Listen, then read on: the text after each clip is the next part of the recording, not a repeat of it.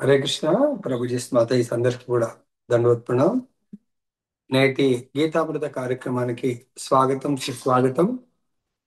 మీ అందరికీ కూడా ఈరోజు భగవంతుడు అందిస్తున్నటువంటి విషయం ఏంటంటే మానవ సమాజ విభజన మరియు కర్మ సిద్ధాంతం గురించి ఈరోజు తెలుసుకుందాము. ఓం నమో భగవతే వాసుదేవాయ. ఓం నమో భగవతే వాసుదేవాయ. ఓం నమో భగవతే వాసుదేవాయ.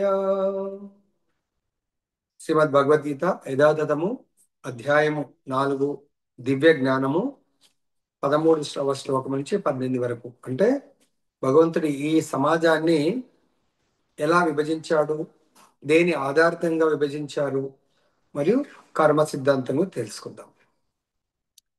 చాతుర్వర్ణ్యం మయా సృష్టం గుణ కర్మ విభాగశః తస్య కర్తారమపి మాం విద్య కర్తారమవ్యయం.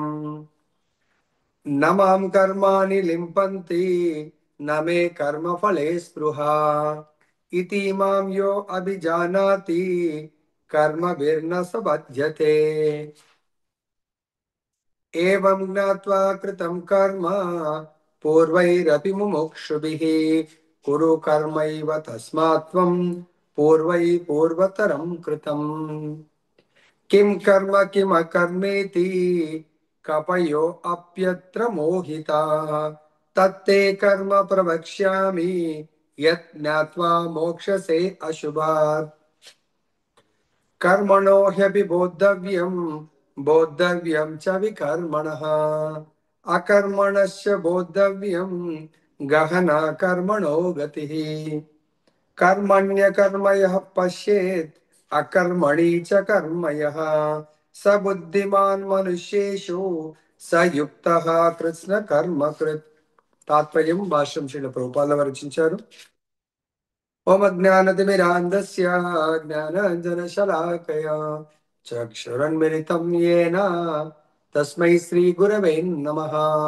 నమో ఓం విష్ణుపాదాయ కృష్ణ ప్రేష్టాయ భూతలే శ్రీమతే భక్తి స్వరూప దామోదర స్వామినితి నామినే. నమో ఓం విష్ణుపాదాయ కృష్ణ ప్రేష్టాయ భూతలే శ్రీమతే భక్తి వేదాంత స్వామినితి నామినే. నమస్తే సరస్వతీ దేవీం గౌరవాణి ప్రచారిణే నిర్విశేష శూన్యవాది పాశ్చాత్య దేశతారిణి. జయ శ్రీ కృష్ణ చైతన్య ప్రభు నిత్యానంద శ్రీ అద్వైత గదాధర శ్రీవాసది గౌరభక్త వృంద. హరే కృష్ణ కృష్ణ కృష్ణ హరే హరే హరే రామ రామ రామ హరే హరే. जय बोलो ग्रंथराज श्रीमद् भगवद गीता की जय. श्री राधारमण लाल की जय. जगन्नाथ बलदेव सुभद्रा महारानी की जय. गौर निताय भगवान की जय. जगत गुरु श्रील प्रभुपाद की जय. श्री श्रीपाद गुरु महाराज की जय. సమవేత భక్త బృందకి జయ. దయచేసి భగవద్గీత ప్రతి శ్లోకం కూడా మనకు ఎటువంటి ఉపయోగం అంటే, తిరుపతికి చాలా మంది వెళ్తా ఉంటారు. అక్కడ కొంతమంది దర్శనం చాలా టఫ్ ఉంటుంటే ఏం చేస్తారంటే, స్పెషల్ దర్శనాలు కూడా లేవంటే వాళ్ళు స్టెప్స్ ద్వారా వెళ్తూ ఉంటారు. సో సపోజ్ అవి ఒక 3000 స్టెప్స్ అనుకోండి, కింద భగవంతుడికి గోవిందా గోవిందా అని ప్రణామం చేసి ఒక స్టెప్ మొదటి మెట్టు ఎక్కడం ప్రారంభిస్తారు. ప్రతి స్టెప్ కూడా ఇంపార్టెంటే. ఎందుకు 3000 నుంచి మీరు 3 స్టెప్స్ ఎక్కారనుకోండి, 3 స్టెప్స్ మనం లక్ష్యానికి 3 స్టెప్స్ తగ్గుతాయి. అలా ప్రతి 50-100 మెట్లకు ఒకసారి ఇలా నంబర్ రాసి పెడతా ఉన్నారు అనుకోండి. 50 మనం ఎక్కామంటే ఇంకెంత మిగిలినట్టు 2950. అలా 100 అయితే 2900. అదే విధంగా ప్రతి శ్లోకం మనని ఏం చేస్తుందంటే భగవంతుడికి దగ్గర చేస్తుంది. భగవంతుడి యొక్క కృపకు దగ్గర అవుతాము. తర్వాత ఎలాగైతే అర్జునుడు భగవంతుడి యొక్క పర్సనల్ సాంగత్యం పొందాడో, ప్రత్యక్ష సాంగత్యం, అలా మనందరం కూడా భగవద్గీత 78వ శ్లోకం 18వ అధ్యాయము 78వ శ్లోకం అంటే 700 స్టెప్. లైక్ తిరుపతికి 3000 స్టెప్స్ అంటే ఆ లాస్ట్ స్టెప్ ఎక్కినప్పుడు పైకి వెళ్ళిపోతాం, గోవిందా వచ్చేసామని చెప్పేసి వైకుంఠ ధామానికి, తిరుమల ధామానికి. అలానే మనం ప్రతి ఒక్కరం ప్రతి శ్లోకం చాలా ముఖ్యమైనది. ప్రతి శ్లోకంలో ఉన్న సారాన్ని అర్థం చేసుకొని మనం ఈ రోజు ఈ శ్లోకం విన్నామంటే రేపటి నుంచి ఇంప్లిమెంట్ చేయాలా. లైక్ తిరుపతి మనం స్టెప్స్ ఎక్కుతూ కొంతమంది చేత కాకపోతే కూర్చుంటారు, కానీ కూర్చోండి అమ్మ ఇంకా ఇన్ని స్టెప్స్ ఎక్కాలనుకోరు, గోవిందా గోవిందని ముందుకెళ్తారు. అలానే మీరు ట్రై చేయండి ప్రతి శ్లోకంలో ఉన్న సారాన్ని మన జీవితంలో తీసుకొని రావడానికి కొరకు. ఈరోజు భగవంతుడు మనందరము ఈ సొసైటీలో మనం రకరకాలుగా జన్మలు తీసుకున్నాం, దానికి కారణం చెప్తున్నాడు భగవంతుడు. ముఖ్యంగా ఈ సొసైటీ అంటే భౌతిక ప్రపంచము, ప్రకృతి అంట. రెండు ప్రపంచాలు ఉంటాయి, ఒకటి భౌతిక ప్రపంచము, రెండు ఆధ్యాత్మిక ప్రపంచము. దాన్ని భౌతిక ప్రకృతి లేదా ఆధ్యాత్మిక ప్రకృతి, లేదా ఆధ్యాత్మిక ప్రకృతిని ఏమంటారు, వైకుంఠ లోకాలు లేదా గోలోక బృందావనం. ఈ భౌతిక ప్రపంచము అనంతమైనటువంటి బ్రహ్మాండాలు ఉంటాయి. ఈ భౌతిక ప్రపంచము త్రిగుణాలతో కూడుకుని ఉంటుంది, సత్వగుణము, రజోగుణము, తమోగుణము. వైకుంఠ లోకాలు గుణాతీతము. వైకుంఠంలో ఉండేటువంటి భగవంతుడు గుణాతీతుడు, నిర్గుణుడు. అక్కడ ఉండేటువంటి భగవంతుడి యొక్క పార్షదులు, భగవంతుడి యొక్క సేవకులు కూడా గుణాతీతులు. ఎందుకు? భగవంతుడు సచ్చిదానంద స్వరూపుడు, భగవంతుడి ధామము సచ్చిదానందము. భగవంతుడితో పాటు ఉండేటువంటి అక్కడ భగవంతుడి లాంటి రూపంతో ఉంటారు, సారూప్య ముక్తి అంటారు దాన్ని. అక్కడ ఉండేటువంటి ప్రతి ఒక్కరు కూడా గుణాతీతులుగా ఉంటారు. మరి ఇక్కడ వచ్చే వాళ్ళు ఏంటంటే ఈ ప్రపంచము త్రిగుణాలతో కూడుకుని ఉంటుంది. మరి ఇక్కడ మనము జన్మ తీసుకుంటున్నామంటే మన లాస్ట్ లైఫ్ చేసినటువంటి ప్రారంధ కర్మ. సపోజ్ దానికి మనకు భగవద్గీతలో కూడా చెప్తారు, కారణం గుణ సంగస్య సత్ అసత్ సత్ అసత్ జన్మ యోనిసు. మన జన్మకు ఏంటి కారణము? లాస్ట్ లైఫ్ లో చేసినటువంటి కర్మలు. ఏ గుణంలో కర్మలు చేశామో అటువంటి గుణంలో కర్మ ఫలాలను అనుభవించడానికి కొరకు ఈ జన్మ తీసుకుంటున్నాం. ఇక్కడ భగవంతుడు ఏం చేస్తాడంటే ఈ సంఘంలో, మానవ సంఘం అంటే ఓవరాల్ గా భగవంతుడి సృష్టిలో 84 లక్షల జీవకోటిని క్రియేట్ చేస్తూ ఉంటాడు. అది పద్మపురాణంలో చెప్తారు మనకి. ఏమనంటే జలజానవ లక్షాని స్థావర లక్ష వింశతి క్రిమయో రుద్ర లక్షాని పక్షినాం దశ లక్షణం త్రింశ లక్షాని పశవ చతుర్లక్షాని మానవ. అంటే భగవంతుడు ఈ ఓవరాల్ గా ఈ భౌతిక ప్రకృతిలో త్రిగుణాలతో కూడుకొని 84 లక్షల జీవకోటిని సృష్టించాడు. దాంట్లో మానవులు 4 లక్షలు.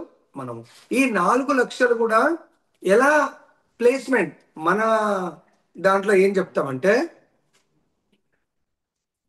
మన దాంట్లో ఈ భగవంతుడు ఏం చెప్పారంటే 4 రకాలుగా వర్ణాలు అంటారు అవి. ఓకే, బ్రాహ్మణ, క్షత్రియ, వైశ్య, శూద్ర.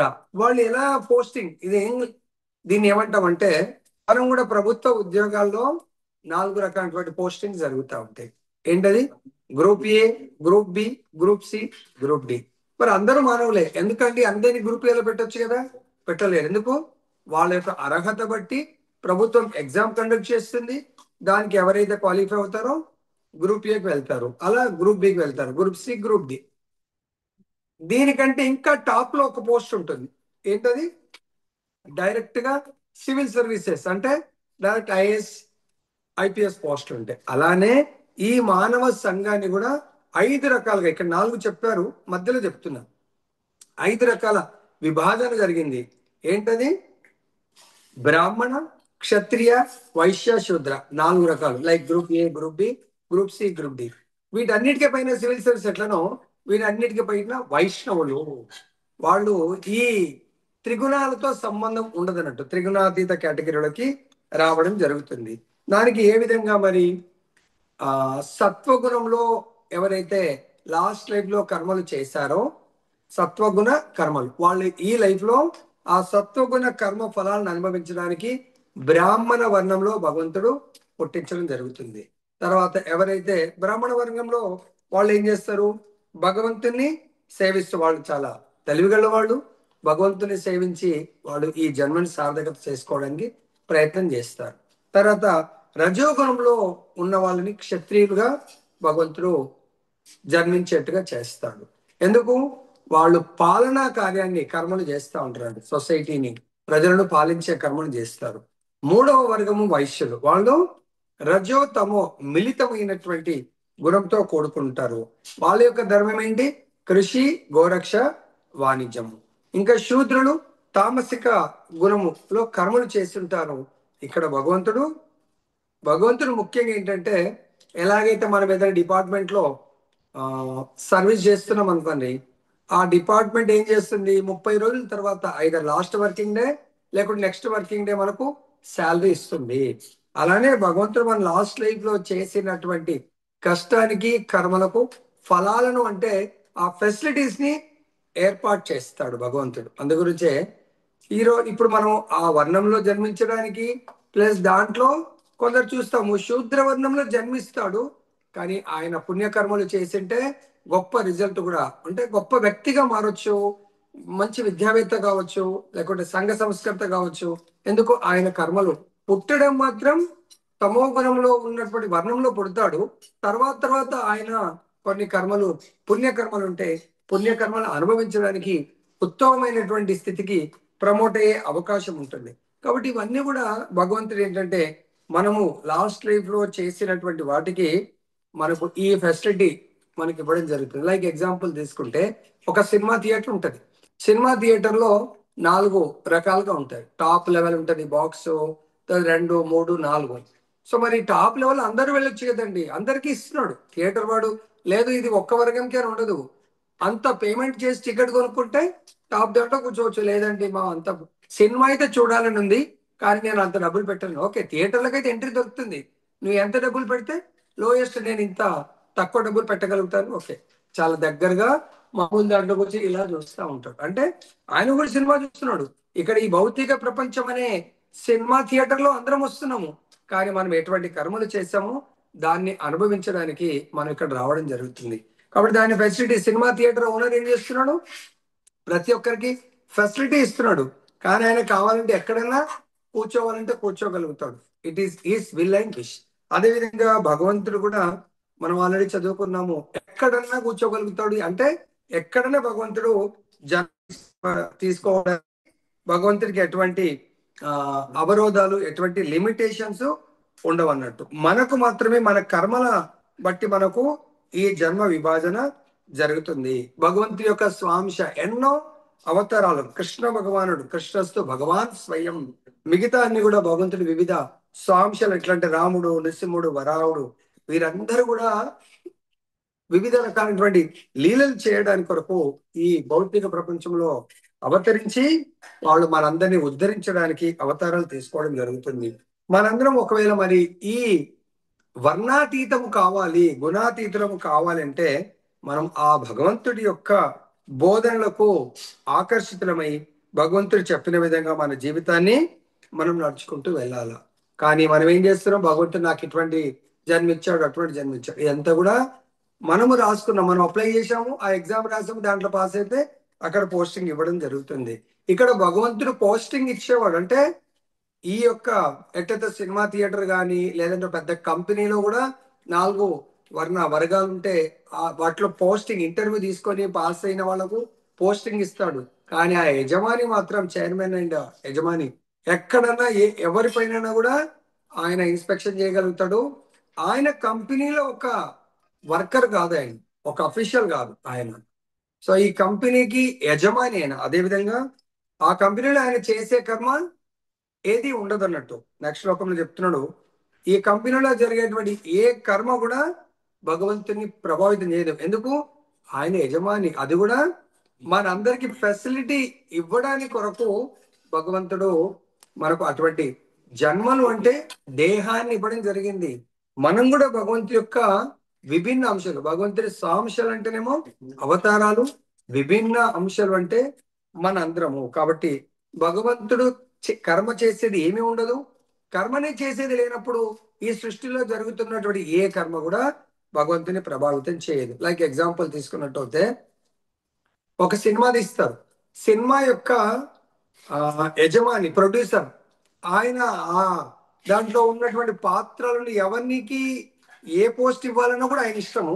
ప్లస్ ఈవెన్ ఆయన కూడా ఒక్కొక్కసారి నటించాలంటే నటించగలుగుతాడు. కాబట్టి ఆ సినిమాలో ఉన్నటువంటి పాత్రలు ఏదైతే ఉందో వాళ్ళు చేసే ఆ పాత్ర మీద నెక్స్ట్ వాళ్ళకు మంచి సినిమా వస్తుందా లేదా, లేకుంటే రోల్ వస్తుందా లేదా ఉంటది. కానీ ప్రొడ్యూసర్కి ఏముంటది, ఏముండదు. అలానే భగవంతుడుకు ఈ ప్రపంచంలో జరుగుతున్న ఏ కర్మ కూడా ప్రభావితం చేయదు. ఎందుకు? కర్మలే చెయ్యడు. కర్మ ఫలాలను కోరుకునేది ఉండదు భగవంతుడు. ఈ విషయాన్ని ఎవరైతే తెలుసుకుంటారో వాళ్ళు కూడా కర్మ ఫలాల్లో చిక్కుకోరు. ఎందుకంటే మనం భగవంతుడి అంశ అనుకున్నప్పుడు మనం కూడా ఈ భౌతిక ప్రపంచంలో కర్మలు చేయవలసిన అవసరం లేదు. అంటే ఈ దేహ సుఖం కొరకు కర్మలు చేయవలసిన అవసరం లేదు. సపోజ్ ఎవరన్నా బ్యాంక్ లో క్యాషియర్ ఉంటారు, మేనేజర్ ఉంటారు. సో చాలా పెద్ద బ్యాంక్ అది. సో రోజు కొన్ని లక్షల రూపాయలు వాళ్ళకు డిపాజిట్స్ అవుతాయి, కొన్ని లక్షలు పేమెంట్ చేస్తూ ఉంటారు. కానీ ఆ క్యాషియర్ బ్యాంక్ మేనేజర్ సంతకంతో పేమెంట్ జరుగుతూ ఉంటాయి. అంటే క్యాషియర్ ఇస్తూ ఉంటాడు, తర్వాత కస్టమర్స్ ద్వారా క్యాషియర్ ఎన్నో లక్షలు తీసుకుంటూ ఉంటాడు. కానీ ఆ వచ్చే డబ్బులతో వెళ్ళే డబ్బులతో ఆ క్యాషియర్కి ఏమైనా సంబంధం ఉందా? ఏమీ సంబంధం లేదు. ఆయన అక్కడ క్యాషియర్ పదవిలో నియుక్తమైంది కాబట్టి తన పని తను చేసుకుంటూ పోతుంటాడు. సో అక్కడ ఒకరోజు చాలా డబ్బులు తక్కువ రావచ్చు, ఎక్కువ వెళ్ళిపోవచ్చు. ఒకరోజు ఎక్కువ డబ్బులు రావచ్చు, తక్కువ పేమెంట్ చేయొచ్చు. ఎక్కువ డబ్బులు తనకు వచ్చినప్పుడు ప్రభావితుడు కాడు, ఎక్కువ డబ్బులు బ్యాంకు నుంచి వెళ్ళినా ప్రభావితుడు. ఎందుకు? ఆయనకు తెలుసు నేను ఆఫ్టర్ ఆల్ క్యాషియర్ని, వచ్చిన వాటిని తీసుకోవాలా, పేమెంట్ అడిగిన వాళ్ళకి ఇవ్వాలి. అదేవిధంగా ఈ విషయం తెలిసినటువంటి ఎవరైతే బుద్ధిమంతుంటాడో ఆయన కర్మ ఫలాల్లో చిక్కుకోడు. ఇక్కడ నేను వచ్చింది భగవంతుడి కొరకు. ఎట్లయితే క్యాషియర్ ఆ బ్యాంకు కొరకు పని చేస్తూ ఉంటాడో, మేనేజర్ బ్యాంక్ కొరకు పని చేస్తాడో, మనం కూడా ఈ యొక్క భౌతిక ప్రపంచం అనే బ్యాంకులో లావాదేవీలన్నీ కూడా భగవంతుడికి సంబంధించినవి. మనం భగవంతుడి కొరకు మనము చేసినప్పుడు మనం ఈ బంధనాల్లో చిక్కుకోము. అదే విధంగా పూర్వకాలము రాజరిక వ్యవస్థ ఉన్నప్పుడు ఆ రాజు రాజ్యంలో విధి విధానాలు తయారు చేసి తనకు అనుకూలంగా ఆయన చట్టాలను తయారు చేసుకునేవాడు. ప్రజలందరూ ఆ చట్టాలకు లోబడి పని చేయాల. కానీ రాజుగారు చట్టాలకు లోబడి పనిచేయడు. రాజు ఆ రాజ్యమే ఆయనది. అదే విధంగా ఇక్కడ భగవంతుడు, ఈ ప్రపంచం భగవంతుడిది, సృష్టికర్త భగవంతుడు. కాబట్టి ఈ సృష్టిలో ఉన్నటువంటి ప్రకృతి విధి విధానాలకు భగవంతుడు లోబడి ఉండడు. మిగతా వాళ్ళందరూ కూడా ఆ విధి విధానాలకు ఎవరైతే లోబడి ఉంటారో వాళ్ళకు ఈ ప్రపంచంలో ప్రకృతి శిక్షించదు. తర్వాత ఆ విధంగా భగవంతుడి విధి విధానాలకు వాళ్ళు కట్టుబడి లోబడి జీవిస్తే వాళ్ళు జీవించి ఉండగా ఆనందంగా ఉంటారు. తర్వాత ఈ శరీరాన్ని వదిలేసిన తర్వాత, అంటే ఎవరైనా కంపెనీ విధి విధానాలకు ఆ బైలాస్ కు తగ్గట్టుగా వాళ్ళు పనిచేస్తే వాళ్ళు డ్యూటీ చేసినంత కాలము ఆనందంగా శాలరీ పొంది ప్రమోషన్స్ పొంది ఆనందంగా ఉంటారు.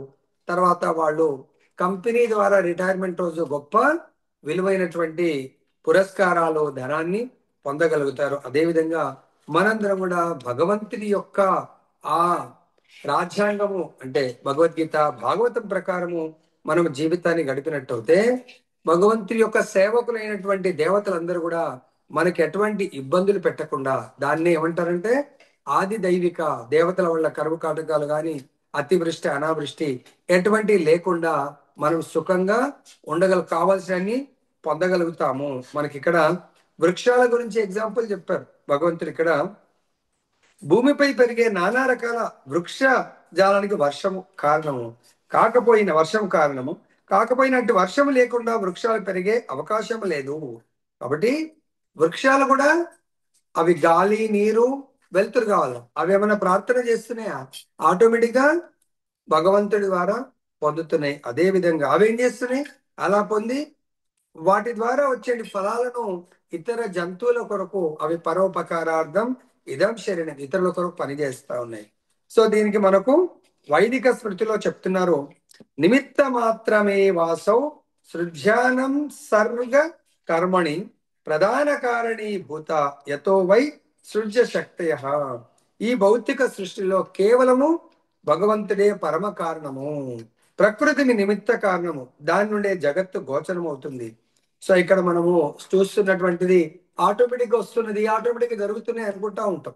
కానీ ఆటోమేటిక్గా ఏది జరగదండి. సింపుల్ ఎగ్జాంపుల్, మీరు ఇప్పుడు నేను ఇస్తున్న ప్రవచనం ఆటోమేటిక్గా మీకు మీ వరకు వస్తుంది నా మొబైల్ ద్వారా అంటే ఆటోమేటిక్గా జరగట్లేదు. దీని వెనక మనము మన మొబైల్ ఎవరెవరి ఆపరేటర్, బిఎస్ఎన్ఎల్ అంటే బిఎస్ఎన్ఎల్ రకరకాల ఆపరేటర్స్ వాళ్ళ యొక్క స్టాఫ్ పనిచేస్తూ ఉంటారు. ఎక్స్చేంజ్ రన్ అవుతూ ఉంటుంది, బీటీఎస్ రన్ అవ్వాలి మీ వరకు. కానీ వాళ్ళందరూ మనకి పిక్చర్లో కనబడతారా? బ్యాక్ ఎండ్ ఉంటుంది. కాబట్టి ఈ సృష్టి కూడా ఆటోమేటిక్ జరగట్లేదు. దీని వెనక భగవంతుడు నియామకుడు ఉన్నాడు. భగవంతుడికి మనకు మధ్య దేవతలు ఉన్నారు. దానివల్ల ఈ సృష్టి లైక్ సూర్యుడు ఉన్నాడు. ఇప్పుడు సూర్యుడు కనబడతలేడు, కానీ సూర్యుడు భగవంతుడి యొక్క ఆదేశానుసారం నిరంతరము ఆయన మనందరికీ వెలుతురిని వేడిని ప్రసాదిస్తా ఉన్నాడు. అదేవిధంగా వాయుదేవుడు నిరంతరము గాలిని మనందరికీ ఇవ్వడం జరుగుతుంది. అదేవిధంగా వరుణ్ దేవుడు వర్షాన్ని. ఈ ఒక్క విధంగా నిరంతరము సెకండ్. దేవతలు భగవంతుని సేవకులు అవునండి. దేవతలు పని చేస్తారు, కానీ వాళ్ళందరూ మనకు కనబడతారా? కనబడడం లేదు. కాబట్టి ఇక్కడ మన అందరము గుర్తించుకోవాల్సింది ఏంటంటే వైషమ్య నైర్గుణ్యే నా సాపేక్షత్వా. వేదాంత సూత్రాలు చెప్పింది ఏంటంటే భగవంతుడు ఏ జీవి పట్ల ఏనాడు పక్షపాతం చూపడు. మనందరి కర్మలకు సపోజ్ ఒక డిపార్ట్మెంట్ ఎవరన్నా పనిచేస్తున్నారండి, 15 రోజులు డ్యూటీ చేశారు. ఈవెన్ అన్నదమ్ములు అనుకుందాం, ఒకతను లీవులు లేవు 15 డేసే చేస్తాడు తమ్ముడు, అన్న 30 డేస్ చేశాడు. సో అన్నకు 30 డేస్ శాలరీ ఇస్తాడు అదే యజమాని, తమ్ముడికి 15 డేస్ శాలరీ ఇస్తాడు, సగం శాలరీ. ఇదేంటండి యజమాని గారు అన్యాయం చేశారంటే, అని మీరు చేసింది 15 రోజులకు 15 రోజులు వచ్చింది. అదే విధంగా మనందరి పట్ల ఎవరైతే భగవంతుడి యొక్క నియమానుసారం నడుచుకుంటారో వాళ్ళకు ఆటోమేటిక్ గా భగవత్ కృప దొరుకుతుంది. ఎవరైతే భగవంతుడు విధించినటువంటి విధి విధానాలకు వ్యతిరేకంగా వెళ్తాడో ఆయనకు తప్పకుండా పనిష్మెంట్ లభిస్తుంది. లైక్ ఎగ్జాంపుల్, మనం ట్రాఫిక్ సిగ్నల్స్ ని బ్రేక్ చేసాం అనుకోని ఆటోమేటిక్ గా మన కారుకు కానీ టూ వీలర్ కు ఫైన్ పడుతుంది. ట్రాఫిక్ సిగ్నల్ ప్రకారం మనం నడుచుకున్నాం అనుకోని మనము ఫైన్ పడదు. దానికి ఇక్కడ ఏం చెప్తున్నారు మనకు, మనం చేసే కర్మలు స్వీయ కర్మ ఫలాల్లో చిక్కుపడతాము. కాబట్టి మనం కర్మ బంధనాల నుంచి మనం చిక్కుపడకుండా ఉండాలంటే భగవంతుడి యొక్క విధి విధానాలు, దాన్నే కృష్ణ భక్తి భావంలో ఎవరైతే కర్మ చేస్తారో వాళ్ళు ముక్తి పథంలో ముందుకు వెళ్తారు. ఎవరు? వైష్ణవులు, ముక్త పురుషులు. వాళ్ళు జన్మతోనే వాళ్ళు కర్మ సిద్ధాంతాలకు అతీతంగా జన్మించడం జరుగుతుంది. 15వ శ్లోకంలో భగవంతుడు వివరిస్తున్నారు. పూర్వకాలం భగవంతుడు చెప్తున్న అర్జునుడికి, ఇగో ఈ విధంగా ముక్త పురుషుల మార్గంలో నువ్వు నడవాలి. మనందరికీ కూడా బోధన చేస్తూ ఏమంటున్నాడు, పూర్వకాలంలో ముక్త పురుషులందరూ నా దివ్య స్వభావం గురించిన అవగాహనతోనే కర్మలు పండించారు. అందుకే వారి అడుగుజాడలో నడుస్తూ నీవు నీ కర్మ నిర్వహించవలసింది. ఎందుకు చెప్తున్నాడు? నేను యుద్ధమును చెయ్యను అన్నాడు అర్జునుడు. అంతకుముందు ఇదే యుద్ధం కాదు, ఎన్నో యుద్ధాలు జరిగాయి. ఎగ్జాంపుల్, స్వయం భగవంతుడే రామచంద్రుడిగా వచ్చినప్పుడు స్వయం భగవంతుడే యుద్ధం చేశాడు. ఎందుకు? ధర్మ యుద్ధం చేశాడు భగవంతుడు. ఎంతో ఆయనకు చెప్పడం జరిగింది. ఈవెన్ ఎట్లయితే మహాభారత యుద్ధంలో స్వయంగా భగవంతుడే రాయబారిగా వెళ్తాడు, యుద్ధం వద్దు, ఇంత జన నష్టం జరుగుతుంది, ప్రాణ నష్టం జరుగుతుంది అని ఆయనకు అర్థం చేయించడానికి వెళ్తే దుర్యోధనుడు, ధృతరాష్ట్రుడు మూర్ఖుల్లాగా వ్యవహరించి, లేదు మేము సంధి ఏంటి, మేము ఎట్లాగో గెలుస్తాము, వాళ్ళు ఎట్లాగో అరణ్యాలో ఉండే కదా, వాళ్ళు రాజ్యం మాదే, వాళ్ళు మాకు సేవకుల్లాగా ఉండాలి అనుకుంటాడు. భగవంతుడు అంటాడు అలా కుదరదు. ఒకే ఫ్యామిలీలో ఉన్నప్పుడు ఇద్దరికి సమాన హక్కు ఉంది. అట్లీస్ట్ ఒరిజినల్ గా అయితే ధర్మరాజు రాజు కావాలా, సరే కాదు అంటే మీరు కూడా సగం రాజ్యం తీసుకోండి. ముందు ఆల్రెడీ విభాజన జరిగింది, కానీ ఇప్పుడు దాన్ని స్వార్థ బుద్ధి అంటే మనకు నేనే భోగాన్ని అనుభవించాలి అనే దేహాత్మ బుద్ధి వల్ల వాళ్ళకి ఇంకో అహంకారం ఏముంటది, మా సైడ్ బలం ఎక్కుంది, అటు భగవంతుడు ఉన్నాడు అనుకోవట్లేదు, మా సైడ్ భీష్మ పితామహుడు ఉన్నాడు, ద్రోణాచార్యుడు ఉన్నాడు, అశ్వత్థామ ఉన్నాడు, కర్ణుడు ఉన్నాడు, పెద్ద హిమహిమిలు ఉన్నారు, మేము ఖచ్చితంగా గెలుస్తాం అనుకుంటున్నారు తప్ప మేము గొప్పవాళ్ళం అనుకోవట్లేదు. ఇతరుల బలం మీద వాళ్ళు జీవించాలనుకుంటున్నారు తప్ప తన బుద్ధి బలం. అక్కడ ఎవరున్నారు? పంచపాండవులతో పాటు స్వయం సాక్షాత్ భగవంతుడు ఉన్నాడు అనేది మర్చిపోయి వాళ్ళు ఏం చేస్తున్నారు? కృష్ణుడు బోధించిన మార్గంలో నడవడానికి సిద్ధపడ్డారు. దుర్యోధనుడు కృష్ణుడికి వ్యతిరేకంగా నడవడానికి సిద్ధపడ్డాడు. కాబట్టి పూర్వకాలం కూడా భగవంతుడు ఎన్నో అవతారాల్లో, రామచంద్రుడి అవతారంలో భగవంతుడు రావణుణ్ణి డైరెక్ట్ గా వెళ్ళి వాళ్ళ వంశాన్ని మొత్తం నాశనం చేయడానికి భగవంతుడు పూనుకోలేదు. మొట్టమొదటిగా హనుమంతుని పంపిస్తాడు. ఉం? సో రావణుడికి ఏంది చెప్పి, సో అట్లీస్ట్ కాంప్రమైజ్ అవ్వడానికి, భగవంతుడి యొక్క శక్తిని చూపించడానికి విభీషణుడు కూడా చెప్పడం జరుగుతుంది, వద్దు రామచంద్రుడితో మనం యుద్ధం పెట్టుకోకూడదు అని. కానీ విననప్పుడు ఏం చేశాడు, స్వయం భగవంతుడు కూడా ఈ రాక్షస దానవ ప్రవృత్తి ఉన్న వాళ్ళను దండించడం జరిగింది. అందు గురించి ఏమంటారు, రామరాజ్యము మర్యాద పురుషోత్తముని అడుగు జాడల్లో మనం నడవాలి. భగవంతుని యొక్క ఉపదేశాలను ఆదేశాలను మనము అనుసరించాలి. ఇక్కడ భగవంతుడు అదే చెప్తున్నాడు, ఉత్తమమైనటువంటి భక్తుల మార్గంలో నడుచుకోవాలి మనము. దానికి ఏం చెప్తాడంటే, మానవుల్లో రెండు రకాలైనటువంటి తరగతులు ఉంటారు. ఒకటేమో తమ హృదయం నిండా కలుషితమైనటువంటి లౌకిక విషయాలు నింపుకొని ఉంటారు. అంటే నేను ఈ దేహాన్ని నేను భోగించడానికే వచ్చాను, నేను ఈ భౌతిక సుఖాలను అనుభవించడానికే వచ్చాను, జీవితం అంటే భౌతిక సుఖాలను అనుభవించాలా, ఇతరులు ఎంత నష్టపోయి నాకు సంబంధం లేదు, నేను సుఖపడాలి, నేనే యజమానిని, నేనే నియంతను, నేను చెప్పిందే వినాలా అనేది దానవ ప్రవృత్తి. అటువంటి వాళ్ళు ఒకరు. ఇంకొకరు లౌకికంగా ముక్తులై ఓకే కృష్ణ భక్తి భావనలో మొత్తం హృదయంలో నిండా నింపుకొని ఉంటారు. అంటే ఈ భౌతిక సుఖాలు నిజమైన జీవితం కాదు, ఆధ్యాత్మికమైనటువంటి సుఖమే నిజమైంది, అదే లాభదాయకమైంది అని గ్రహించే వాళ్ళు ఒక రకము. సో ఇక్కడ మనకు ఎవరైతే ఈ హృదయం నిండా మలిన విషయాలంటే దేహాత్మ బుద్ధి, ఇంద్రియాలకు దాసులు, చెవులున్నాయి మంచి మంచి భౌతిక విషయాలు వినడానికి, కళ్ళు ఈ భౌతికమైనటువంటి సుందరమైనటువంటి విషయాలను చూడడానికి కొరకు అనుకుంటారు, తర్వాత నోటితో ఇష్టమైనట్టు మాట్లాడడానికి అనుకుంటారు. ఇది లౌకిక వ్యక్తులు. ఆధ్యాత్మిక వ్యక్తులు సేమ్ ఇదే ఇంద్రియాలను భగవంతుడి కథ వినడానికి, భగవంతుడి యొక్క నామాన్ని, భగవంతుడి యొక్క లీలలను స్తుతించడానికి, కీర్తించడానికి, భగవంతుడి యొక్క దివ్యమంగళ దర్శనము ప్రతి అణువణువులో భగవద్ దర్శనం చేసుకోవడానికి ఈ రెండవ రకం లౌకికంగా ముక్తులైనటువంటి వ్యక్తులు, ఈ లౌకిక కల్మషాల నుంచి శుద్ధపడినటువంటి వ్యక్తులు. ఎప్పుడు వాళ్ళు నిత్య నిరంతరము కృష్ణ భక్తి భావనలోనే వాళ్ళు కర్మలను చేస్తారు, చేయడానికి ఇష్టపడతా ఉంటారు అన్నట్టు. తర్వాత మూర్ఖజనులు లేదా కృష్ణ భక్తి భావనలో ఆరంభకులు కృష్ణ భక్తి భావన జ్ఞానం లేకుండానే కర్మల నుండి విరమణ పొందాలని అనుకుంటా ఉంటారు. సో కొందరు ఏం చేస్తుంటే, అరే కృష్ణ భక్తి అంటే మనం అన్ని త్యాగం చేస్తూ ఉండాలా, కాబట్టి బెటర్ అటు సైడ్ వెళ్లకుండా వాళ్ళు మూర్ఖులు. ఇంకా అటు వెళ్తే అంటే వాళ్ళు బెస్ట్, కృష్ణుడి ఆకారమే లేదు, అసలు కృష్ణుడి ఆకారం లేదంటే ఇంకా సేవ చేయవలసిన అవసరం లేదు. ఎవరు అనుకుంటారు, నాకంటే పైన ఎవడూ లేదంటే ఇక నేనే భోగించాలనే భోగ ప్రవృత్తి ఉండేవాడు. యుద్ధరంగ కలాపాలను విరమించాలనే అర్జునుడి కోరికను భగవంతుడు ఆమోదించలేదు. ఎందుకు, క్షత్రియుడు, నీకు పోస్టింగ్ క్షత్రియ దాంట్లో దొరికింది కాబట్టి నీ ధర్మమే, ధర్మం కొరకు యుద్ధం చేయడము. బ్రాహ్మణులు వాళ్ళ నిత్యం వాళ్ళ ధర్మము భగవంతుని సేవించాలా, సేవింప చేయాలా, కానీ నీ యొక్క ధర్మానికి నీ విరుద్ధంగా వెళ్ళకూడదని భగవంతుడు బోధిస్తున్నాడు. కృష్ణ భక్తి భవన కలాపాలను విరమించి ఒంటరిగా కూర్చొని కృష్ణ భక్తి ప్రదర్శన చేయడం కొరకు, కృష్ణుని కొరకు కార్యరంగంలో నిజంగా నెలకొనడం కంటే అల్పమైనది. సో ఇక్కడ ఎవరి ధర్మము వాళ్ళు. పూర్వకాలము ఈ 4 రకాలైనటువంటి విభాజన జరిగింది కాబట్టి ఆ విభాజనలో మనకు పోస్టింగ్ వస్తే దాని ప్రకారము మనము కర్మలు చేయవలసిందే. కానీ దీనికి చెప్తున్నారు ఎగ్జాంపుల్, సూర్యదేవుడు ఉన్నాడు, సూర్యుడు కూడా రాజు. సో ఆయన అనాది కాలం నుంచి, అంటే ఆయన జన్మించినప్పటి నుంచి ఇప్పటి వరకు భగవంతుడి దగ్గర ఈ గీతా జ్ఞానాన్ని పొంది భగవంతుడి ఆదేశాల ప్రకారము ఆయన తన జీవనాన్ని కొనసాగిస్తున్నాడు. సో కాబట్టి ఆయన ఏం చేశాడు, ఆ బోధనలు తన కుమారుడైనటువంటి మనువుకు బోధించాడు. అంటే ఈ యొక్క భూమండలానికి రాజుగా నువ్వు చక్రవర్తి సామ్రాట్టుగా పదవిని అలంకరించబోతున్నావు కాబట్టి ఈ విధంగా భగవంతుని బోధనల ప్రకారము పరిపాలన కొనసాగించేందుకు మనం క్షత్రియులం కాబట్టి ఏ విధంగా ఉండాలి.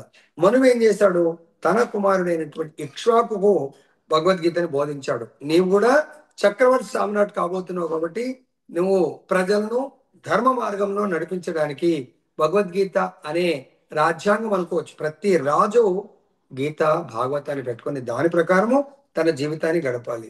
సో ఎప్పుడైతే ఇక్ష్వాకు మహారాజు తర్వాత ఆ భగవద్గీత విచ్ఛిన్నం అయిపోయింది, మళ్ళీ భగవంతుడు అర్జునుడిని తన శిష్యుడిగా చేసుకొని మనందరికి రాబోయే, అది కూడా ద్వాపరుగ ఎండింగ్ లో భగవంతుడు బోధించాడు, కలియుగం ఆరంభంలో ద్వాపరుగ అంతంలో.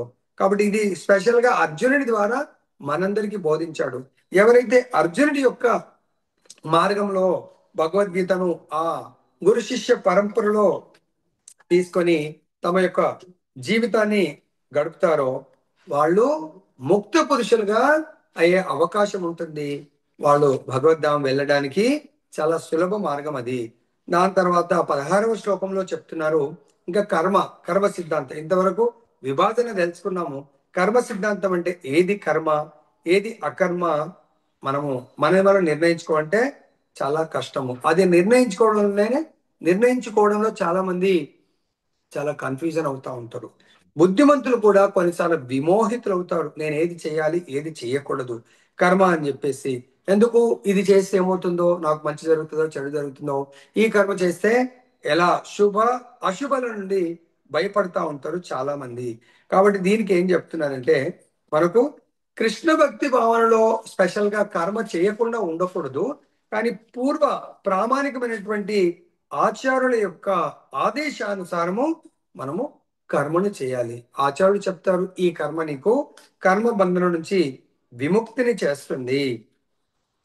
కాబట్టి మన అందరం కూడా ఎలాగైతే సూర్యుడి యొక్క ఆదేశాలు సూర్య కుమారుడు మనువు యొక్క ఆదేశాలు ఇక్ష్వాకు, అదేవిధంగా మనము అర్జునుడు కృష్ణుడి యొక్క ఆదేశానుసారము మహాభారత యుద్ధం మొత్తం 18 రోజులు భగవత్ ఆదేశానుసారం యుద్ధం చేసి భగవంతుడి కృప వల్ల విజయాన్ని పొందాడో, మనం ఆ అర్జునుడి మార్గంలో వచ్చినటువంటి అర్జునుడు భగవంతుడి యొక్క ప్రత్యక్ష సాంగత్యంలో భగవద్గీత గ్రహించాడు. అదే భగవద్గీతను మనకు వేదవ్యాసుల వారు విని చూసి వినాయకుడి ద్వారా దాన్ని నోట్ చేయించడం జరిగింది. ఎవరైతే ఆ పరంపరలో వచ్చినటువంటి ఆచార్యులు వారి గురువుల ద్వారా విని, ఎలా అయితే అర్జునుడు విని దాన్ని రికార్డ్ చేసి బోధించారో, విని దాన్ని అమలు పరిచారు. దీనికి ఒక గురువు గారు ఒక అద్భుతమైనటువంటి విని మనం ఎట్లా ఆచరించాలి అనేది భగవంతుడి యొక్క ప్రామాణికమైనటువంటి జ్ఞానాన్ని విని ఆచరించాలా.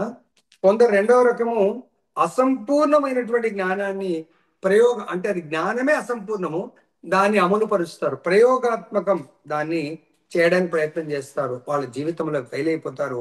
ఎవరైతే ధర్మంతు సాక్షాత్ భగవత్ ప్రణీతం, భగవంతుడు పలికిన జ్ఞానాన్ని యాజ్ ఇట్ ఈస్ గా ఆచరణ దగ్గర తీసుకొని దాన్ని అమలు పరచాలి. సో ఎవరైతే ఆ విధంగా, మరి ఎవరి జ్ఞానాన్ని అమలుపరచాలి? ఇక్కడ మనకు ఆచార్యులు మహాజనులు భాగవతంలో చెప్తున్నారు. 6 పాయింట్ అంటే 6వ స్కందము 3వ అధ్యాయము 19వ శ్లోకంలో 12 మంది మహాజనులు అంటే మహాభక్తులు, వాళ్ళ అడుగుజాడల్లో మనం నడవాలి. ఎవరు వాళ్ళంటే బ్రహ్మ, శివ, నారదుడు, మనువు, చతుర్కుమారుడు, కపిలుడు, ప్రహ్లాదుడు, భీష్ముడు, శుకదేవ గోస్వామి, యమధర్మరాజు, జనకుడు, బలి మహారాజు, వీళ్ళందరూ కూడా ప్రామాణికమైనటువంటి వాళ్ళు. వాళ్ళందరూ కూడా ముక్త పురుషులు. వాళ్ళందరూ కూడా భగవంతుడి యొక్క నిజధామమైనటువంటి వైకుంఠధామంలో శాశ్వత స్థానాన్ని పొందినటువంటి వాళ్ళు. వాళ్ళ అడుగుజాడల్లో వాళ్ళందరూ కూడా జనక మహారాజు రాజు గృహస్థుడు, ఆయన కేవలం గృహస్థ ధర్మము, ఆ ధర్మంతోనే భగవద్ధామం వెళ్ళడం జరిగింది. బలి మహారాజు ఉన్నారు. బలి మహారాజు ఏం చేశారు? తన సంపూర్ణంగా భగవంతుడికి సమర్పించుకోవడం జరిగింది అన్నట్టు. అర్థమైందా? ఆ విధంగా ఒక్కొక్క ఆచార్యుడు, శుకదేవ గోస్వామి భగవంతుడి యొక్క కథామృతాన్ని కీర్తన చేయడం వల్ల ఆయన భగవంతుడి యొక్క శుద్ధ భక్తుల టాప్ మోస్ట్ పొజిషన్ ని పొందడం జరిగింది. ఈ విధంగా ఎవరైతే ఆచార్యులు బ్రహ్మ మొదటి జీవి భగవంతుడు బోధనల ప్రకారం తన జీవితాన్ని గడుపుతా ఉన్నాడు. సో ఈ విధంగా మనకు ఆచార్యులు అందరూ కూడా మనకు ఆదర్శంగా నిలవడం జరిగింది అన్నట్టు. దీంట్లో మనందరి యొక్క కర్తవ్యం, రోజు కథామృతం వింటున్నాము, దాన్ని ఏం చెయ్యాలంటే, ఒకసారి ఒక రాజు దగ్గరికి ఒక బంగారు నగలను చేసే అతను 3 బొమ్మల్ని తీసుకొని చేసుకొని వస్తాడు అన్నట్టు. ఏ రాజు అతనంటే రాజా విక్రమాదిత్యుడి దగ్గరికి. ఆయన వచ్చి, రాజా నేను మీ రాజ్యంలో ఉన్నటువంటి గొప్ప ఈ బంగారు నగలు చేసే వాళ్ళకు నా కళని గుర్తించమని చెప్పేసి నేను మిమ్మల్ని వేడుకుంటున్నాను. అంటే 3 కూడా ఇంత చిన్న బొమ్మలు, బంగారు బొమ్మలు, చాలా సేమ్ ఉంటాయి. సేమ్ వెయిట్, సేమ్ అన్ని కూడా యాజ్ ఇట్ ఈస్ గా అసలు ఇంత కూడా డిఫరెన్స్ ఉండదు. సో సరే అని చెప్పేసి ఆ స్థానంలో చాలా మందిని పిలుస్తారు. ఎవరు కూడా దాన్ని గుర్తించలేకపోతారు అన్నట్టు. అరే ఇదేంది, దాంట్లో డిఫరెన్స్ ఏం లేదు, వెయిట్ చూస్తారు సేమ్ ఉంది, వాటి యొక్క డిజైన్ అది ఇది అన్ని సేమ్ ఉంటాయి అన్నట్టు. ఇది చాలా ఇంపార్టెంట్. ఈ స్టోరీ మనకు చాలా ఉపయోగకరంగా, అంటే వింటున్నాము, దాన్ని మనం ఏం చేయాలా అనేది చాలా మంది మనం చేయలేకపోతున్నాం. అయితే ఇంకా ఎవ్వరు గుర్తించలేకపోతున్నారు. రాజా మీ రాజ్యంలో ఎవ్వరు లేరా నా యొక్క కళని గుర్తించే వాళ్ళు అంటే, అక్కడ ఒక భక్తుడు అంటాడు, నేను గుర్తిస్తాను, నాకు ఇవ్వండి, ట్రై చేస్తాను అంటాడు ఆయన. ఆయన పేరేంటి? రాజా విక్రమాదిత్యుడి దగ్గర కా- కాళిదాస్ కాళిదాస్. సరే, ఒక భక్తుడు ఏమంటాడంటే, సరే గుర్తిస్తానని ఆయన ఇలా ఆ బొమ్మని పట్టుకొని చూస్తే చెవు దగ్గర చిన్న రంధ్రం కనబడుతుంది. సో ఆ రంధ్రం ఏంటి ఇది అని చెప్పేసి చూస్తాడు. ఒక సన్నం తీగ లాంటిది తీసుకుంటాడు. ఒక బొమ్మ ఆ చెవులోంచి పెడితే దాని విలువ వెలకట్టమంటున్నాడు దీన్ని. సో ఇతను ఏం చేస్తాడు, మూడింటిది సేమ్ ఉంటుంది, వేల డిఫరెన్స్ ఏం లేదని. ఒక బొమ్మ చెవులోంచి ఆ సన్నం తీగ ఇటు వచ్చేస్తుంది. దీని యొక్క విలువ, ఈ బొమ్మ యొక్క విలువ ఆయన అంటాడు 2 అనాలంతా ఉంటుంది. అంటే ఈ జమాలలో ఆ 2 రూపాయలు అనుకుందాం, అంత ఉంది అంటాడు. సరే పక్కన పెట్టేస్తాం. ఇంకో బొమ్మను తీసుకుంటాడు. ఇంకో బొమ్మని తీసుకొని మళ్ళీ ఆ బొమ్మలో ఇదే చెవులోంచి పెడతాడు. అది ఇక్కడ నోట్లోంచి వస్తుంది అన్నట్టు. దీని విలువ 1000 బంగారు నాణేలు అంటాడు. తర్వాత మూడో బొమ్మ ఉంటాం. మూడో బొమ్మను తీసుకొని పెడితే అది బయటకు రావట్లేదు, లోపలికి వెళ్ళిపోయింది. అది లోపలికి వెళ్ళిపోతే ఈ బొమ్మని వెల కట్టలేము, ఈ బొమ్మ విలువ కట్టలేము అంటాడు. చూస్తే 3 సేమ్ 3. దాని మీనింగ్ ఏంటంటే, మనందరం కూడా ఈ ఉత్తమ భక్తులు మహాజనుల యొక్క కథామృతం, వాళ్ళ ద్వారా, వాళ్ళ బోధనల ద్వారా, వాళ్ళ యొక్క ఆచరణ ద్వారా మనము విని ఏం చేయాలంటే, హృదయంలోకి, ఇందాక మనకు స్టార్టింగ్ ఏమొచ్చింది, 2 రకాల వ్యక్తులు. ఒకరేమో హృదయం నిండా కల్మషాలు ఉంటాయి, ఒకరేమో హృదయం నిండా కల్మష రహితంగా ఉంటుంది. ఎందుకు? వాళ్ళ హృదయం అంతా కూడా భగవంతుడి యొక్క నామరూప గుణ లీలలు వాళ్ళ హృదయంలో ఉంటది. ఎవరి హృదయం ఎవరైతే ప్యూర్ గా ఉంటారో, ఎవరైతే ఈ చెవుల ద్వారా విని హృదయంలోకి కథామృతాన్ని హృదయంలో బంధిస్తారో, భగవంతుడి యొక్క కథామృత రూపంలో ఉన్నటువంటి భగవంతుని వాళ్ళని వెల కట్టలేము. అంటే దాని మీనింగ్ మనందరం కూడా విని హృదయంలో నింపి ఆచరణ ప్రయోగాత్మకంగా ఉండాలి మన యొక్క శ్రవణము. నెక్స్ట్ చెప్తున్నారు, కర్మ రహస్యాలను అర్థం చేసుకోవడం చాలా కష్టం. మనం చేసే కర్మల యొక్క దాని సీక్రెట్ అర్థం చేసుకోవడం చాలా కష్టం. ఎందుకు? ఏది కర్మనో, ఏది వికర్మనో, ఏది అకర్మనో మనము తెలుసుకోలేకపోతున్నాము. ఈ మనిషి భౌతిక బంధం నుండి ముక్తి పొందడంలో గంభీరుడైతే కర్మ, అకర్మ, అప్రామాణిక కర్మల భేదాన్ని తప్పకుండా తెలుసుకోవాలి. అంటే ఇక్కడ 3 రకాలైన కర్మలు ఉన్నాయండి కర్మ సిద్ధాంతం. కర్మ అంటే సకామ కర్మ, వికర్మ అంటే అంటే వేద శాస్త్రాల ప్రకారము అంటే పుణ్యకర్మలు అనొచ్చు సకామ కర్మ అంటే. రెండవది వికర్మ పాప కర్మ. మూడవది అకర్మ అంటే భగవత్ సంబంధిత కర్మ అనుకోవచ్చు ఇక్కడ. అంటే ఆ పుణ్యకర్మలు ఎవరైతే పుణ్య ఫలాలను అనుభవించాలనుకుంటారో వాళ్ళు పుణ్యకర్మలు చేస్తారు. Next life the better life వస్తుంది. ఇంకా చాలా పుణ్యకర్మలు చేస్తే స్వర్గలోక భోగాలను అనుభవించగలుగుతారు. వికర్మ అంటే వాడు పాపకర్మలు చేస్తే నెక్స్ట్ లైఫ్ మనిషి జన్మ కూడా రాకపోవచ్చు.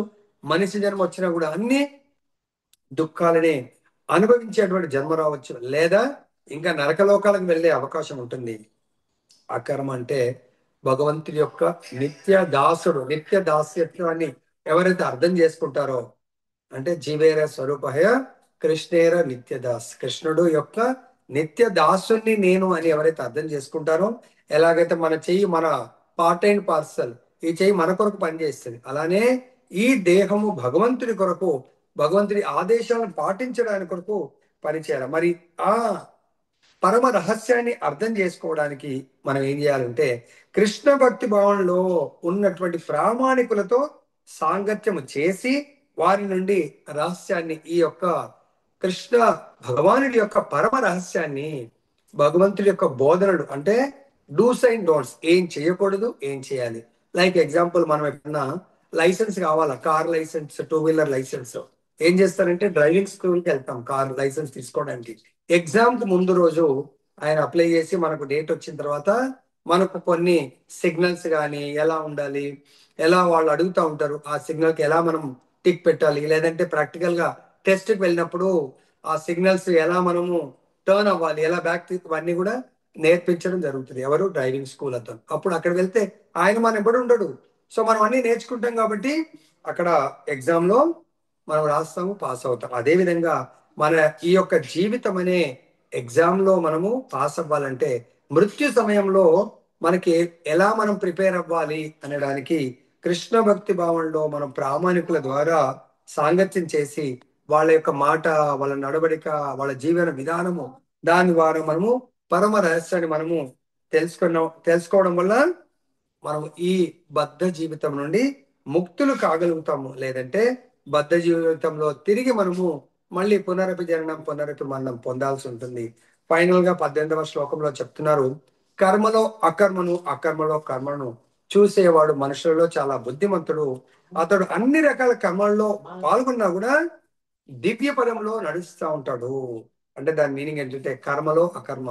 భగవంతుడు అర్జునుడికి నీ కర్మ ఏంటి, క్షత్రియులాగా ఇతర శత్రువులతో యుద్ధం చేయాలా, వాళ్ళని సంహరించాలా, అధర్మం పైన ధర్మాన్ని యుద్ధం గెలిపించాలంటే వాళ్ళందరూ సంహరింపబడినప్పుడే, నశింపబడినప్పుడే ధర్మం గెలుస్తుంది. నీవు సంహారం అనే కర్మ, కానీ అక్కడ అకర్మ ఏంటంటే భగవంతుడి ఆదేశము, కాబట్టి అది అకర్మ. ఇప్పుడు ఏదైనా for every action there is equivalent and opposite reaction ఉంటుంది. నువ్వు ఒకవేళ నీ సొంత పేరు ప్రతిష్టకు కొరకు ఎవరైనా చంపుతున్నావు అనుకోండి, ఆ మృత్యువు వల్ల నీకు పాపం వస్తుంది. లైక్ ఇప్పుడు ఎగ్జాంపుల్ తీసుకుంటే, మన బార్డర్ లో ప్రభుత్వము అపాయింట్ చేస్తుంది ఎంతో మంది సోల్జర్స్ ని. సో ప్రత్యర్థి అక్కడ కంట్రీ వాళ్ళు ఏదన్నా ఆ దాడులు చేస్తున్నారు అనుకోండి, మన ప్రభుత్వ ఆఫీసర్స్ ఏమంటారు, మీరు కూడా దాడులు చేయండి. ఆ దాడిలో వాళ్ళు అక్కడ 100 మందిని శత్రువుని చంపారనుకోండి, సో లేదంటే వాళ్ళు బార్డర్ లోపలికి వచ్చేవాళ్ళు, ఈ ఒక్క ఆయన పోరాడి చంపితే ఆయనకు గొప్ప వీరుడు లాగా అవార్డు ఇస్తారు. ఎందుకు? కర్మ చేశాడు, సంహారం అనే కర్మ. కానీ అక్కడ ఏమైంది, అది అకర్మ కిందికి ట్రీట్ చేసి దేశం కొరకు. అదే వ్యక్తి ఆయన గొప్ప సన్మానము మెడల్ తీసుకొని వాళ్ళ ఇంటికి వెళ్ళి ఉమ్, అక్కడ ఎవడో పక్కింటి వాడు, పక్క పొలం వాడు ఏదో గొడవ చేశాడు అనుకోండి, అక్కడ వాడు ఇదే రైఫిల్తో ఆయన్ని కాల్చాడు అనుకోండి, అదేమవుతుంది అప్పుడు? కర్మలో అకర్మ, అకర్మలో కర్మ. ఇక్కడేమో తన కొరకు కర్మ చేశాడు కాబట్టి ఆయన అక్కడ బందీ అవుతాడు, లేదంటే ఆయన నేరస్తుడు అవుతాడు. ఇక్కడ అకర్మలో కర్మను చూసేవాడు బుద్ధిమంతుడు. అకర్మలో కర్మను అంటే చాలా అద్భుతమైన ఎగ్జాంపుల్ ఏం చేయొచ్చు అంటే, పూజారి ఉంటారండి, పూజారి భగవంతుడికి నైవేద్యం పెట్టాల, ఆ నైవేద్యం రావడానికి కొరకు ఆయన ఏమైనా కర్మ చేశాడా? ఆ కూరగాయలు తీసుకురావడం కానీ, కూరగాయలు పండించడం కానీ, పళ్ళు ఆఫరిస్తే పళ్ళను తెంపుకొని రావడం కానీ ఏమీ చేయలేదు. అదంతా కూడా ఆయన ఆ కర్మ చేయలేదు. అకర్మలో కర్మ. ఆయన ఇక్కడ ఏం కర్మ చేస్తున్నాడు? భగవంతుడికి నైవేద్యం పెట్టే కర్మని ఆయన చేస్తాడు. ఆ సపోజ్ ఆకుకూర అనుకోండి, ఆకుకూర కోసాడు, దాని యొక్క పాపం ఎవరికి తగులుతుంది? కోసిన అతనికి. కానీ ఇక్కడ అది అకర్మగా మారింది. అది ఎక్కడికి వస్తుంది? భగవంతుడి యొక్క ప్రసాదం కొరకు వస్తుంది. పళ్ళు తెంపారు, ఆ వృక్షం యొక్క కర్మను భగవంతుడికి, అది అకర్మ. అంటే భగవంతుడి కొరకు చేసే కర్మ అకర్మ. దాంట్లో కర్మ ఏంది? భగవంతుడికి యజ్ఞము, యజ్ఞ రూపంలో భగవంతుడికి ప్రసాదాన్ని సమర్పించడము. అతని అన్ని కర్మలు కూడా శ్రీకృష్ణునికే చేరబడతాయి. అందుకే కర్మ ప్రభావం చే అతడు సుఖ దుఃఖాలకు లోను కాడు. ఎవరు? చాలా తెలివిగలవాడు. అకర్మలో కర్మ, కర్మలో అకర్మని చూసేవాడు మానవులందరిలోకెల్లా బుద్ధిమంతుడు అవుతాడు. కాబట్టి అకర్మ అంటే కర్మ ఫలము లేకపోవడము. సో అదే మనము భగవంతుడు కృష్ణుడి కొరకు నైవేద్యం సమర్పించకుండా ఇంకా మన ఇష్టమైన వాళ్ళ కొరకు నైవేద్యం సమర్పిస్తే భగవంతుడు 3వ అధ్యాయం 13వ శ్లోకంలో చెప్పారు, యజ్ఞశిష్టాశినసంతో ముచ్చంతే సర్వకిల్పిషై భుంజతేతే త్వగం పాప ఏ పచంతి ఆత్మకారణ. సో ఎవరైతే యజ్ఞంలో అర్పించిన అంటే యజ్ఞంలో నా ప్రీత్యర్థం అర్పించిన ప్రసాదాన్ని తీసుకుంటారో వాళ్ళు అన్ని కర్మద బంధనాల నుంచి ముక్తులు అవుతారు. ఎవరైతే నా కొరకు కాకుండా ఇంక ఎవరికి పెట్టి తీసుకున్నా కూడా వాళ్ళు స్వయంగా వాళ్ళే తీసుకుంటే కర్మ బంధనాల్లో చిక్కుకుంటారు. ఎందుకు? ఆ పాప ఫలాన్ని భుజిస్తారు కాబట్టి వాళ్ళే దానికి ఫలాలను అనుభవించవలసి ఉంటుంది. కాబట్టి ఇక్కడ మనం గుర్తుంచుకోవాల్సింది ఏంటంటే ఎవరైతే ఈ ఆత్మానుభవ మార్గంలో కర్మఫలం ఒక అవరోధం కాకూడదనే భయంతో నిరాకారవాది కామ్యకర్మలను విరమిస్తారు. రెండు రకాల వ్యక్తులు, సాకారవాది, నిరాకారవాది. నిరాకారవాది ఈ కర్మ చేస్తే నేను బందీ అవుతానేమో, ఆ కర్మ చేస్తే బెటర్ ఏంటంటే కర్మలు చేయకుండా ఉండాలనుకుంటా ఉంటాడు. కానీ కర్మల నుంచి విరమించినా కూడా ఆయన కర్మ బంధనాలనే చిక్కుకుంటాడు. లేదు, ఆయన భగవంతుడు అర్జునుడు నేను కర్మ నుంచి విరమిస్తానంటే అలా విరమించకూడదు అని చెప్తున్నాడు. మనం ఒకసారి జన్మ తీసుకున్నామంటే సాకారవాది భగవానుని యొక్క నిత్య దాసునిగా ప్రతి కర్మను చేయడం జరుగుతుంది. కాబట్టి అటువంటి వాడు ఈ కర్మ బంధనాల నుంచి విముక్తుడవుతాడు. ఎందుకు? భగవంతుడి కొరకు కర్మ చేస్తాడు. ఇందాక మనం సోల్జర్ గురించి చెప్పాము, ప్రభుత్వం గురించి ఆ గన్ను వాడితే అవార్డు వచ్చింది. తన సేఫ్ ఎందుకు? ఇక్కడ పక్కవాడు ఒకవేళ గొడవ చేస్తే ఆయన చేయవలసింది ఇక్కడ ప్రొటెక్షన్ కొరకు పోలీసు వాళ్ళు ఉంటారు, వాళ్ళని అప్రోచ్ అయ్యి పోలీస్ వ్యవస్థ ద్వారా ఆయన శిక్షించింటే ఆయనకి ఎటువంటి నష్టము జరిగేది కాదు. కాబట్టి ఇక్కడ అటువంటి బుద్ధిమంతుడు ప్రతిరోజు దివ్యమైనటువంటి ఆనందాన్ని అనుభవిస్తూ ఉంటాడు. ఈ పద్ధతిలో నెలకొనే వారు స్వీయ ఇంద్రియ భోగవాంఛ లేని వారుగా తెలియబడతారు. శ్రీకృష్ణుని ఎడ నిత్య దాసత్వ భావన మనిషిని అన్ని రకాలైన కర్మ ఫలాలకు ప్రభావితం కాకుండా చేస్తుంది. కాబట్టి మనం ఈరోజు క్లాస్ విన్న తర్వాత మనందరం కూడా ఈ బ్రహ్మాండం అనే యొక్క కంపెనీకి యజమాని భగవంతుడు, దీంట్లో మనము ఏదో ఒక మన యొక్క క్వాలిఫికేషన్ బట్టి కొందరు బ్రాహ్మణ ద్వారా, కానీ ఇప్పుడు ఆ వర్ణ వ్యవస్థ లేదు అని చైతన్య మహాప్రభు చెప్పారు. ఎందుకంటే చైతన్యంతో ఉంటుంది అన్నట్టు మన కాన్షియస్ బ్రాహ్మణులు. సో ఆ వృత్తి అందరూ కూడా ప్రొఫెషనల్ గా ఎవరు నేను భగవంతుడి కొరకే సేవ చేయాలి అని చాలా మంది చేయట్లేదు. కాబట్టి మనందరం కూడా ఉగ్రకర్మ చాలా కష్టపడి పని చేయాలా, సంపాదించాలా, పిల్లల్ని పోషించాలా, నేను ఉండాలా, దాని అంతా కూడా శూద్ర మెంటాలిటీ అంటారు. కాబట్టి భగవంతుడు చెప్తున్నాడు ద బెస్ట్, భగవంతుడు చెప్పినటువంటి విధి విధానాలు భగవంతుడి ప్రీత్యర్థము కర్మలు చేద్దాం మనందరము. ఆ కర్మల ద్వారా మనందరిము మన ఫ్యామిలీ సంఘము అందరం కూడా భగవంతుడి యొక్క రాచబాటలో నడుస్తూ భగవంతుడి బోధనల ప్రకారం కర్మ బంధనాల నుంచి విముక్తై అంతంగా భగవద్ధామం చేరుకోవడానికి ప్రయత్నిద్దాము. హరే కృష్ణ హరే కృష్ణ హరే కృష్ణ కృష్ణ కృష్ణ హరే హరే, హరే రామ రామ రామ హరే హరే.